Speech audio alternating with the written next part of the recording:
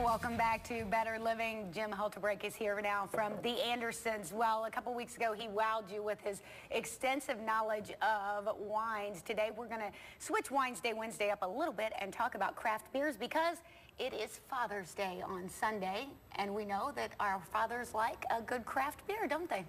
And the craft beer industry has changed an awful lot. I think right now we're in the golden age of craft brewing.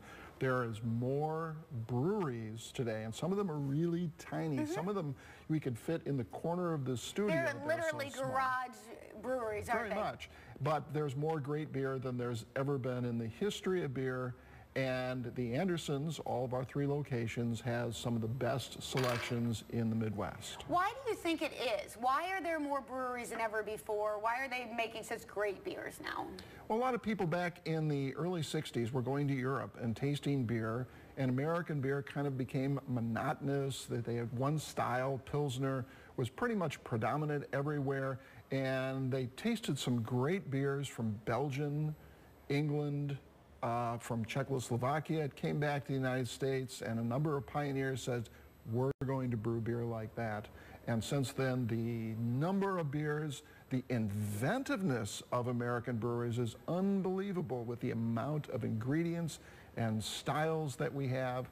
So we have beer from over 25 countries. We have, my store in particular has almost 900 different beers to try. That's so crazy. you can come in and pick an individual beer from all of our selection. We have everything. We want people to be adventurous. Well, and I love that because you can come in and you can grab a little thing and put 6 different beers. You can grab lots of different things and put lots of 6 different beers. So that way you're not stuck with buying a 6-pack of each of them and not liking it. That's the worst thing you could do. It is. So get 6 different and well, you don't have to stop at 6. You can do a little of this, a little of that. I love that. And each one of our staff members has lots of knowledge. If your father or your dad wants porters, which is a dark beer, they want an IPA, which is one of the predominant studies.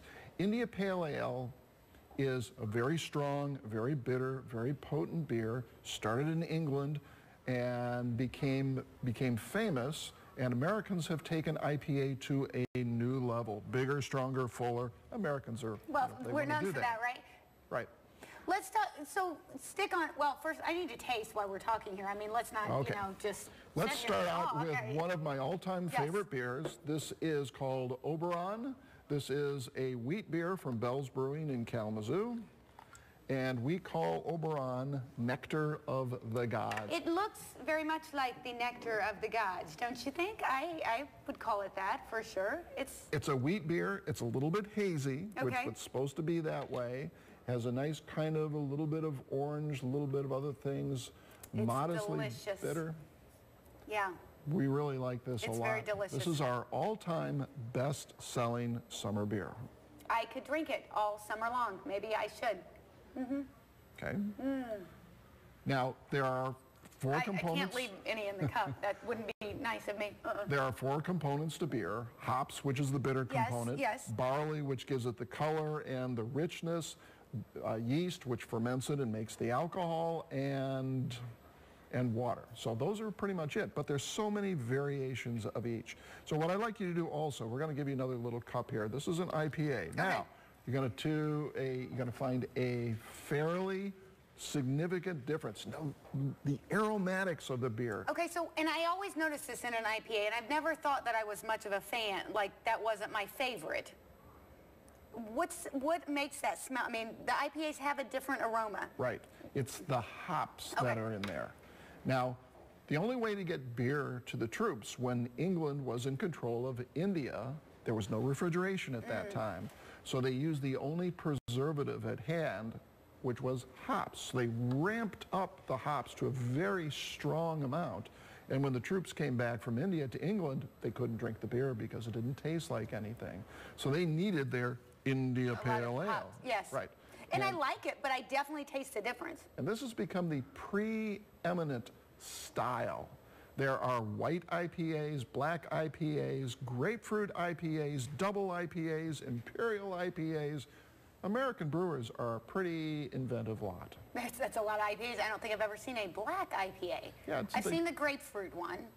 Yeah, it's good. It's definitely different. You know, I'm sitting this far away. And you can smell it. Easily smell the amount of hops. It's kind of resiny, piney.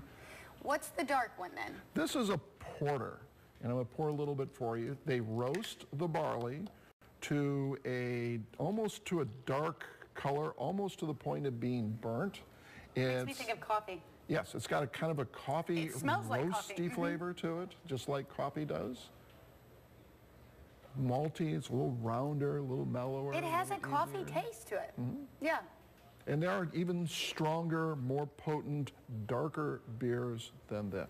Now, and I know my husband likes a darker beer. I mean, if we were out somewhere, that's what he would order, is a darker Guinness type beer. Now, the thing is, you guys know all of this. So if I come in and it's Saturday and I'm stressing out because I don't have a gift for my husband or my father yet, and I say, well, I know he likes, you know, darker beer. I know you can give me some ideas of different things to get him. Oh, absolutely. Some people just say, pick me a great six-pack. And we'll go to different places, different breweries around the United States, different countries. Or if you say your dad, they only like stout, we'll pick you out great stouts.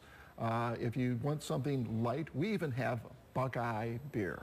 Very light, very mild, Toledo favorite, been around for decades and decades, brewed right here in Toledo. So we have a little of everything. Keeping it local. See, you can keep it local and all for Dad this Father's Day. That's just how the Andersons roll. That's how we like to do it. Well, you can go to any of the Andersons locations. They can all help you with this. They've got 3 here. 3 in Toledo, 2 in Columbus.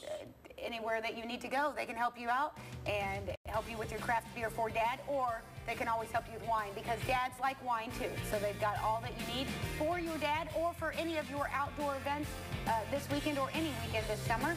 They'll be back with us again next week for Winesday Wednesday. We'll be right back on Better Living.